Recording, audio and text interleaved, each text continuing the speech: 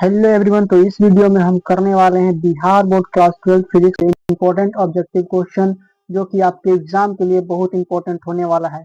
और आज जो हम लोग करने वाले हैं वो चैप्टर हमारा है इलेक्ट्रोस्टैटिक पोटेंशियल एंड कैपेसिटेंस।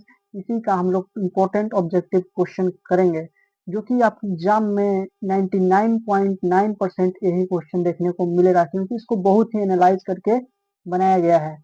तो आपको हर क्वेश्चन को अच्छे तरह से देखना है और याद कर लेना है, ताकि आपका एग्जाम में एक भी क्वेश्चन ना छूटे। और पूरा सब्जेक्ट का इस चैनल पर ऑब्जेक्टिव क्वेश्चन साथ में इंपॉर्टेंट टॉपिक्स को पढ़ाया जाएगा, ताकि आपको एग्जाम में कोई भी परेशानी नहीं हो। तो चलिए हम लोग शुरू करते हैं और देखते हैं हमारे लोग आज का पहला क्वेश्चन। और ये video English medium as well as Hindi medium वाले दोनों के लिए, स्टूडेंट्स के लिए होने वाला है, क्योंकि यहाँ पर जो चीज रहेगा हिंदी में भी रहेगा, इंग्लिश में भी रहेगा। हिंदी में भी समझाया जाएगा, इंग्लिश में भी समझाया जाएगा। इसलिए जो इंग्लिश मीडियम से भी हैं उनको भी कोई दिक्कत नहीं होने वाला है। तो चलिए हम लोग देखते हैं अपना पहला क्वेश्चन कि हमारा पहला क्वेश्चन क्या कहता है। तो हमारा पहला क्वेश्चन कहता है the SI unit of electric potential is, यानी कि आपको इलेक्ट्रिक पोटेंशियल का एसआई यूनिट बताना है। हिंदी वाला देखेंगे कि विद्युत विभव की एसआई इकाई क्या है, यानी विद्युत विभव इलेक्ट्रिक पोटेंशियल का आपसे एसआई यूनिट पूछा जा रहा है इस क्वेश्चन में। तो आपने अगर पढ़ा होगा तो आपको पता होगा कि इलेक्ट्रिक पोटेंशियल यानी विद्युत विभव का एसआई यूनिट क्या होता है। तो चलिए मैं इसका आपको करेक्ट आंसर बता देता हूँ। तो इसका करेक्ट आंसर होता है वोल्ट। वोल्ट क्या है? तो ऐसा यूनिट है किसका? इलेक्ट्रिक पोटेंशियल का। मतलब कि विद्युत विभव का क्या ऐसा यूनिट होता है, क्या ऐसा इकाई होता है? तो वोल्ट होता है, आप याद रखिएगा। चलिए हम लोग नेक्स्ट क्वेश्चन देखते हैं। नेक्स्ट क्वेश्चन कहता है potential due to point charge at a distance R is proportional to, यानी कि दूरी आर पर बिंदु आवेश का विभव किसके समानुपाती होता है, ये आपको पूछा जा रहा है। तो इस क्वेश्चन का राइट आंसर आपका हो जाएगा ऑप्शन बी, 1/r का। यानी कि जो पोटेंशियल होता है किसी पॉइंट चार्ज के कारण एट अ डिस्टेंस आर, किसके प्रोपोर्शनल होता है? तो 1/r के। अब इस क्वेश्चन को आप कैसे करिएगा ताकि आपको पता चले कि इसका आंसर 1/r होगा। तो देखिए आप कुछ नहीं करना है, इसमें आपका पोटेंशियल का जो फॉर्मूला होता है उसको आपको याद होना चाहिए। तो आप जानते होंगे किसी पॉइंट चार्ज के लिए, किसी बिंदु आवेश के लिए किसी दूरी पर जो पोटेंशियल होता है वो कितना होता है? तो होता है के क्यू बटा आर, जिसमें के हमारा कांस्टेंट होता है, क्यू हमारा आवेश यानी कि चार्ज, और आर होता है दूरी। तो देखिए पोटेंशियल और आर कैसे प्रोपोर्शनल है, कैसे समानुपाती होता है? तो इनवर्सली होता है, 1/r। देखिए v और आर में कैसा रिलेशन है? तो 1/r का रिलेशन है। इसलिए ऐसे इस क्वेश्चन को हम लोग सोल्व करेंगे। यानी कि देखिए फिजिक्स में आपको अच्छे मार्क्स लाने हैं बिहार बोर्ड में, तो एक तो आपको जितना भी एसआई यूनिट है सारा ही कुछ याद रहना चाहिए। दूसरा चीज आपको जो सबसे इंपॉर्टेंट होने वाला है, हर एक चैप्टर का आपको फॉर्मूला अच्छे से याद रखना होना चाहिए, जिससे आप इस तरह के क्वेश्चन को आराम से कर देंगे। डायरेक्ट आपको फॉर्मूला ही पूछ दिया जाता है कि बताइए कि दो आवेश के बीच में फोर्स निकालना है तो उसका फॉर्मूला क्या होगा, कूलम्ब लॉ का फॉर्मूला क्या होगा, सारा कुछ पूछा जाता है। इसलिए फॉर्मूला को आप बहुत अच्छे तरह से याद कर लीजिए। अगर फॉर्मूला सीट आपके पास नहीं है तो नीचे कमेंट में बताइएगा, मैं आपको एक वीडियो में पूरा फॉर्मूला भी चैप्टर वाइज करवा दूंगा। तो चलिए हम लोग नेक्स्ट क्वेश्चन देखते हैं। इसका तो आपको आंसर पता चल ही गया होगा, 1/r होता है। नेक्स्ट क्वेश्चन देखिए, work done in moving a charge between two equipotential surface, यानी कि इसमें आपको किसी इक्विपोटेंशियल सरफेस पर किसी चार्ज को मूव करने में कितना वर्क होता है उसको बताना है। हिंदी वाले देखेंगे दो समविभवी पृष्ठों के बीच आवेश को ले जाने में किया गया कार्य होता है, कितना होता है? ज्यादा होता है, कम होता है, जीरो होता है, इनफाइनाइट होता है? तो इस क्वेश्चन का राइट आंसर आपका हो जाएगा ऑप्शन नंबर सी, जीरो। किसी भी दो इक्विपोटेंशियल सरफेस पर अगर किसी चार्ज को आप मूव करेंगे तो वहां पर उसका क्या हो जाएगा? वर्क जीरो हो जाएगा। देखिए इस क्वेश्चन को भी आप फॉर्मूला से कर सकते थे, ऐसे याद कर लीजिएगा डायरेक्ट कि किसी भी work done in moving a charge between two equipotential surface क्या होता है? जीरो होता है। हिंदी वाले भी पढ़कर याद कर लेंगे, लेकिन अगर इसको आप फॉर्मूला से भी सॉल्व कर सकते थे, अगर आपको ये डायरेक्ट आंसर याद नहीं है। देखिए कैसे, वर्क बराबर होता है फॉर्मूला क्यू इंटू डेल्टा भी। देखिए डेल्टा भी क्या होता है? Final potential minus initial potential, यानी पहले वाला पोटेंशियल उसमें से माइनस करेंगे इनिशियल पोटेंशियल, शुरू वाला पोटेंशियल। अब देखिए यहाँ पर इक्वी पोटेंशियल लिखा गया है, समविभवी पृष्ठ लिखा गया है, यानी कि इक्वी पोटेंशियल जिसका पोटेंशियल सेम है। देखिए जो पोटेंशियल अगर सेम है तो जो बाद में पोटेंशियल होगा वो जी जितना होगा, मान लीजिए कि बाद में पोटेंशियल 5 था तो इक्वी पोटेंशियल है यानी सम दूसरी है, यानी कि हमेशा पोटेंशियल क्या है सेम, तो शुरू में भी पोटेंशियल क्या होगा 5 ही होगा, तो 5 में से 5 घटा देंगे तो यहाँ जीरो हो जाएगा, यानी क्यू गुने जीरो कर देंगे तो कुछ में हम जीरो से किसी चीज को जीरो से गुना करते हैं तो क्या आता है जीरो, इसलिए वर्क क्या आ जाएगा जीरो हो जाएगा। यहाँ पर 5 सिर्फ समझाने के लिए लिया गया है, इक्वी पोटेंशियल मतलब कुछ भी पोटेंशियल हो सकता है जो कि सेम रहेगा बदलेगा नहीं, इसलिए फाइनल में से जब इनिशियल पोटेंशियल को घटाएंगे तो आएगा जीरो और उसको 4 में गुना करेंगे तो आंसर हमारा वर्क कितना आएगा जीरो। लेकिन आप सिंपल याद कर लीजिए कि जीरो इसका आंसर होगा। नेक्स्ट क्वेश्चन देखिए, potential at the centre of uniformly charge spherical shell is, यानी कि समान रूप से आवेशित गोलाकार खोल के केंद्र पर विभव है कितना होता है, पोटेंशियल किसी भी चार्ज स्फेरिकल सेल के सेंटर पर कितना होता है ये आपको इस क्वेश्चन में बताना है। तो इसका राइट आंसर आपका हो जाएगा ऑप्शन बी के क्यू बटा आर, ये आप याद रखिएगा कि के क्यू बटा आर इसका आंसर होगा। नेक्स्ट क्वेश्चन देखिए, which is quantity is scalar, यानी कि इसमें से कौन सा स्केलर क्वांटिटी है आपसे पूछा जा रहा है, हिंदी वाला भी देखेंगे कौन सी राशि अदिश राशि है ये आपको इस क्वेश्चन में बताना है।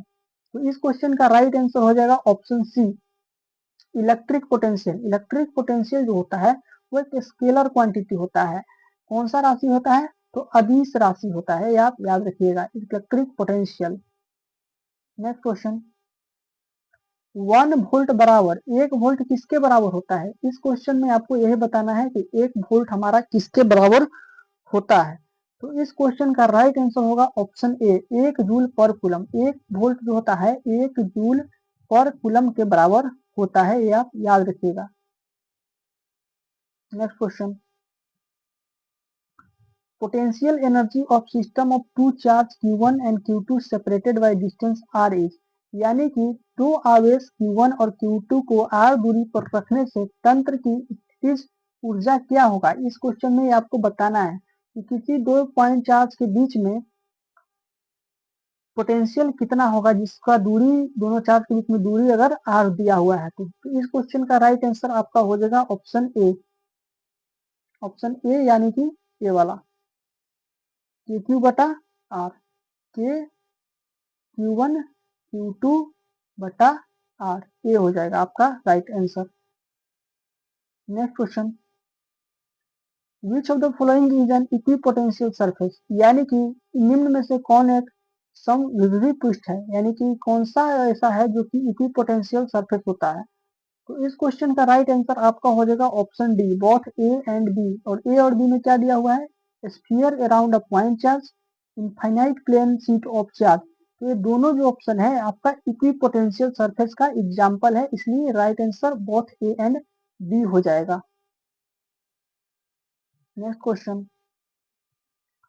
Potential due to electric dipole at axial line is proportional to, यानी कि वैद्युत द्विध्रुव के अक्षीय रेखा पर विभव किसके समानुपाती होता है। तो इसका राइट आंसर आपका हो जाएगा ऑप्शन नंबर बी 1/r² के बराबर।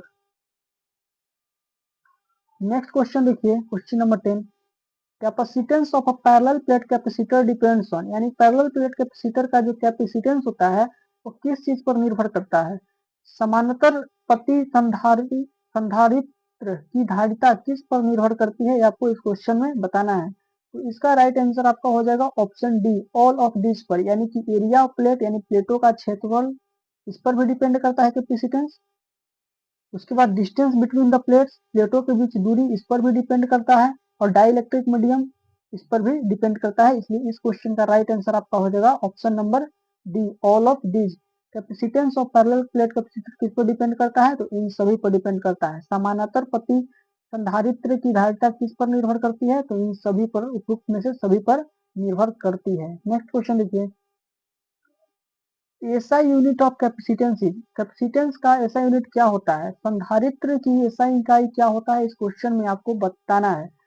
इसका राइट आंसर आपका हो जाएगा option number B farad. Farad क्या है, एसआई यूनिट ऑफ कैपेसिटेंस है। संधारित्र की एसआई इकाई क्या है तो फैराड होता है, ये आप याद रखिएगा कि एसआई यूनिट ऑफ कैपेसिटेंस क्या होता है फैराड होता है। नेक्स्ट क्वेश्चन देखिए,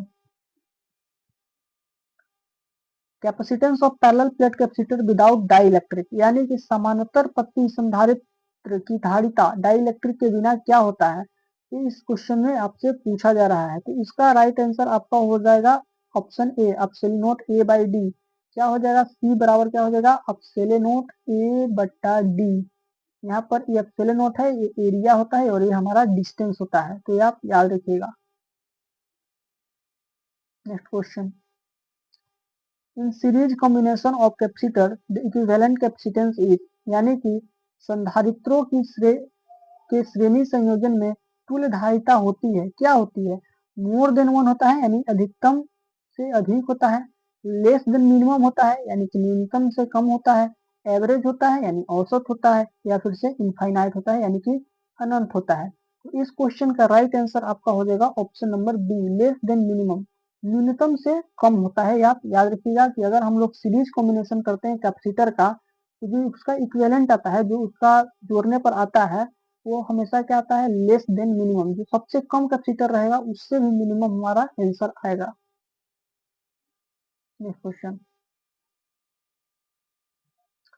in parallel combination of capacitor the equivalent capacitance is, वहां पर सीरीज में पूछा गया था और यहाँ पर पैरेलल में पूछा जा रहा है कि संधारित्रों के समानांतर संयोजन में तुल्य धारिता होती है, क्या होती है। तो इसका राइट आंसर आपका हो जाएगा option number A, sum of whole. सभी को क्या करना पड़ता है, जोड़ देना पड़ता है। किस कॉम्बिनेशन में, पैरेलल में।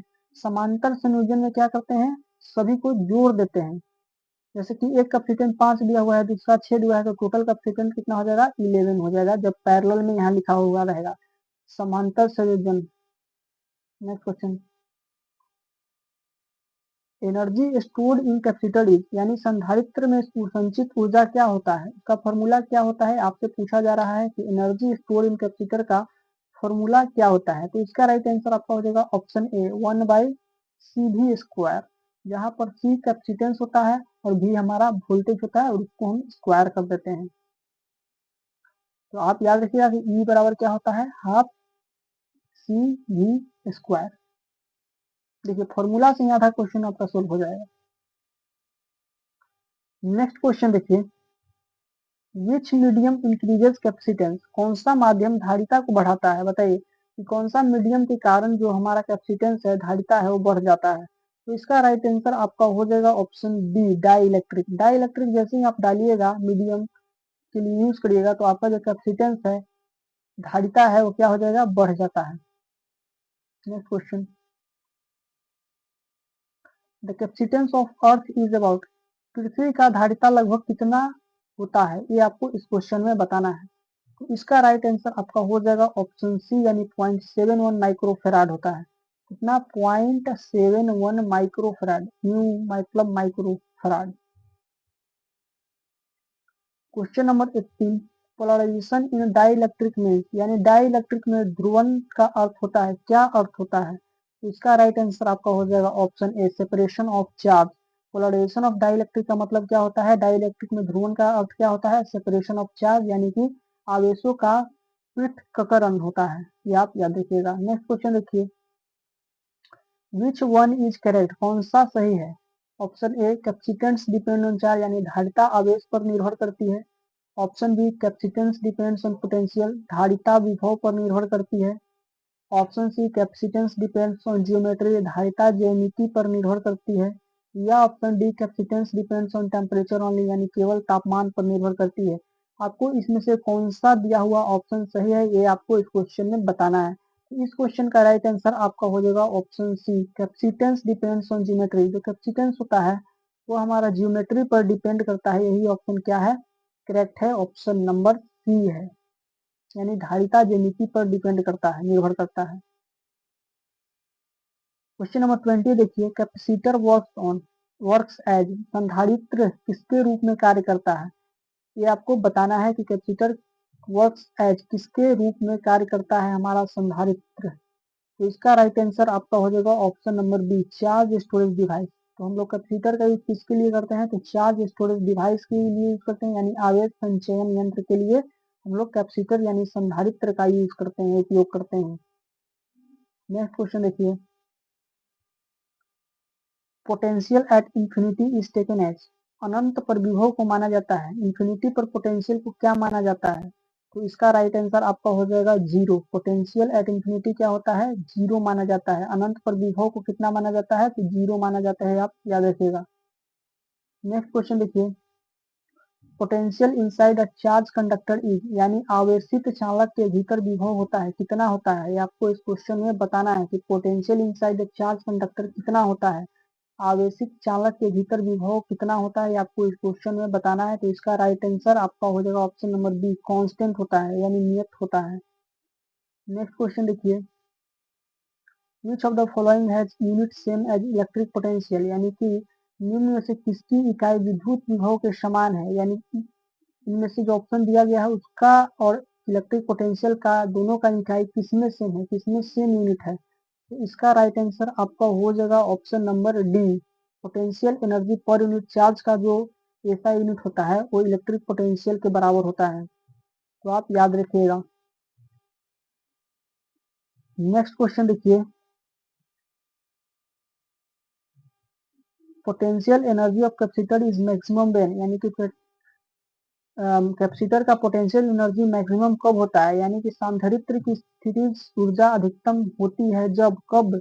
तो इसका राइट आंसर आपका हो जाएगा ऑप्शन नंबर बी, वोल्टेज को हम लोग इंक्रीज करते हैं, तो यानी वोल्टेज इंक्रीज है, यानी वोल्टेज बढ़े तब उसका क्या होता है, पोटेंशियल एनर्जी कैपेसिटर का मैक्सिमम होता है। यानी संधारित्र की स्थितिज ऊर्जा अधिकतम कब होती है? जब वोल्टेज को हम लोग बढ़ाते हैं तब होती है। नेक्स्ट क्वेश्चन देखिए, the dielectric constant of vacuum is, यानी वैक्यूम का डाई इलेक्ट्रिक कॉन्स्टेंट कितना होता है, यानी कि निर्वात का डाई इलेक्ट्रिक नियतांक क्या है, ये आपको इस क्वेश्चन में बताना है। तो इसका राइट आंसर आपका हो जाएगा ऑप्शन नंबर ए, यानी 1 होता है, ये आप याद रखिएगा।